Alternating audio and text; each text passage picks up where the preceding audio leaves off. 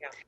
So along those lines, Natasha, is there anything else we haven't touched on? Maybe like other areas of thin ice that you frequently see that you wanted to make sure you address, or anything else kind of related to these items that you wanted to make sure? Yeah. So a couple of things. One is this idea that sometimes physicians don't realize. So suppose you delegate your billing to a billing company. Okay. Yep. And that happens often. And these billing companies will have hopefully certified professional coders, but some of them don't. Some of them are literally operating a billing company out of their basement. And so you want to vet those, because ultimately when you bill an insurance company or even a fee-for-service patient, you are the captain of the ship. Yep. So that duty is not delegable, which is just a fancy word for the buck stops with you. So if there's an inadvertent error, or there's what is a big topic right now, upcoding, which is you have the documentation to support one code, a 99213 is a common code used by, internists. Okay, it's a certain level of service. The complexity of the presentation of the patient is at a certain level. You spend a certain number of minutes with the patient.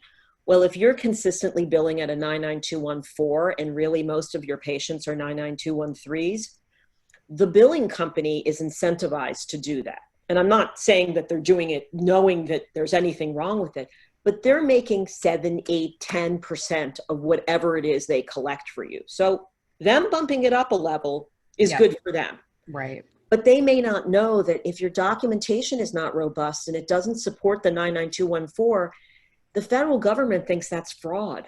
Oof. So you're not saying don't delegate, you're saying make sure that you're working in alignment, that your documentation reflects the coding, and that you know basically how it's being coded. Absolutely. And the best way to do that is for you to circle the code. We used to have, when we had paper records, we had something called a super bill. Doctors did. And they would circle the code, and then it would go to the billing person, and the billing person was really data entry. Yep. So I think it should still be like that if you really don't want to get busted on the back end, because you wouldn't believe how many physicians come to me and say, but I didn't do this. I believe it. Just like the CEOs that say, I didn't know that they were running this accounting scandal. Yeah, exactly. But you're the CEO, right. Captain of the ship. Captain of the ship. Doctrine that is really, I try to embed it in people's minds, that you're the one with the license. So those people don't have a license. Therefore, their license can't be taken away. Only yours can. Good point. Yep. So that I think is really important. Hiring the right people, training them to do the right thing, being in alignment with what your value system is.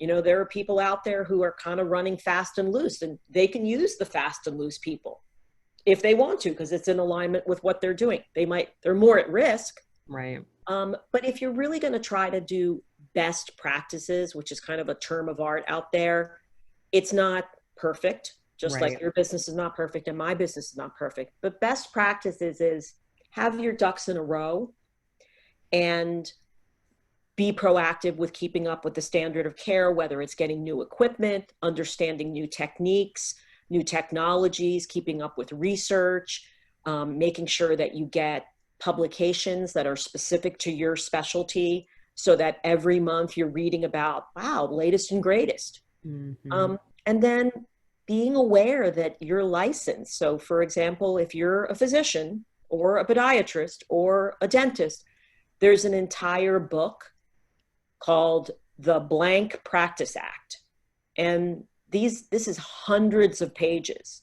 You're not going to memorize the whole thing, but know enough about it so that when you attest, I'm going to be compliant with this book, these rules and regulations, and you attest that every 2 years at your renewal period, that you at least know that it exists. Right. And if you're doing more robust CE programs, like you had mentioned earlier, you're probably getting a good glimpse of that through some 100%.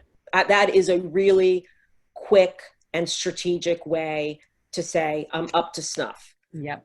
Some of my clients are older and they practiced in a world that it's difficult for them to keep up with it, because they might be in their 70s and they came out of medical school 50 years ago. And as we know, medicine is not the same. Not even close.